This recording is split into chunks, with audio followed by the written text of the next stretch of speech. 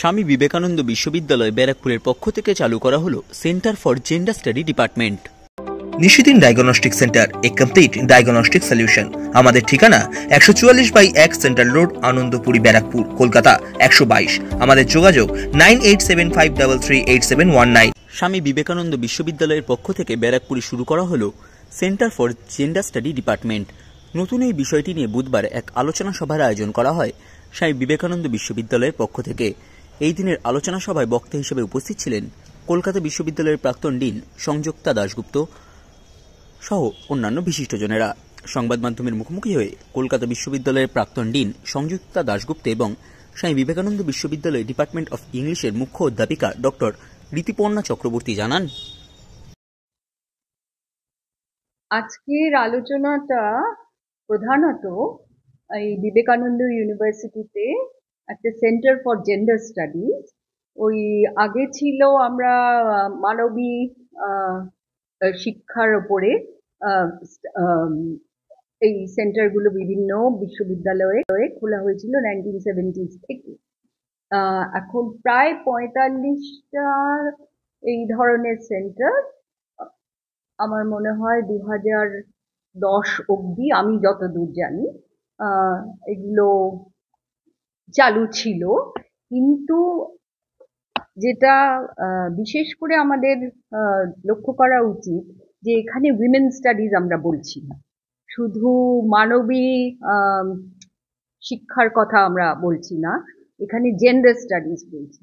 আর সেখানে আমরা mail, female এবং নানান রকম যে সেক্সুয়ালিটি স্টাডিজের ব্যাপারগুলো তো অনেক ব্রড হয়ে গেছে, সেইগুলো নিয়ে অনেক গবেষণা করার যে অপরচুনিটিস গুলো এখানে পাওয়া যাবে, সেটাই আমার মনে হয় এখানকার যে শুধু ইংরেজি ডিপার্টমেন্ট আজকে আছে, তাছাড়া অন্যান্য যে history department, sociology department, law department, এদের সবাই মিলে, এটা তো ইন্টারডিসিপ্লিনারি, একটা ডিসিপ্লিনারির মধ্যে থাকে না, তো ইন্টারডিসিপ্লিনারি স্টাডিজ হিসেবে উইমেন স্টাডিজ কিন্তু সমস্ত ইউনিভার্সিটিতে প্রথম, এবং সেটাই আবার নতুন করে এখানে সেন্টার ফর জেন্ডার স্টাডিজ সেটা অনেক বেশি এক্সপ্যান্ডেড ফর্মে এই ইউনিভার্সিটি শুরু করলো, এবং সেটা আমার মনে হয় একটা পায়োনিয়ারিং একটা পদক্ষেপ। কারণ এর আগে আমি জেন্ডার স্টাডিজ এর সেন্টার পশ্চিম বাংলায়, বিশেষত কলকাতায় দেখিনি।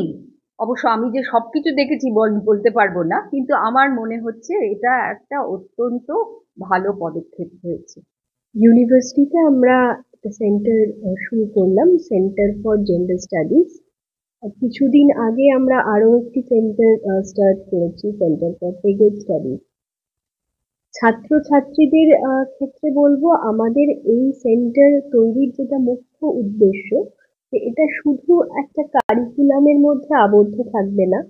সেন্টার ফর জেন্ডার স্টাডিজ আমাদের ছাত্রছাত্রীদের যেন শেখাতে পারে জেন্ডার নিউট্রাল ওয়েতে তারা কিভাবে চিন্তা ভাবনা করতে পারে। এবং আমাদের আজকে যারা গেস্ট ছিলেন, professor Sanjukta Dasgupta, professor Geraldine Forbes, তারা বারবার তুলে ধরেছেন এই সমস্ত প্রবলেম, সমস্ত কিছুর মূল কথা তো পেট্রিয়ার্কি, এবং সেটা যুগ যুগ ধরে চলে আসছে, সেটা কেমন ভাবে যেন শিকড়ের মতো চারিয়ে গেছে।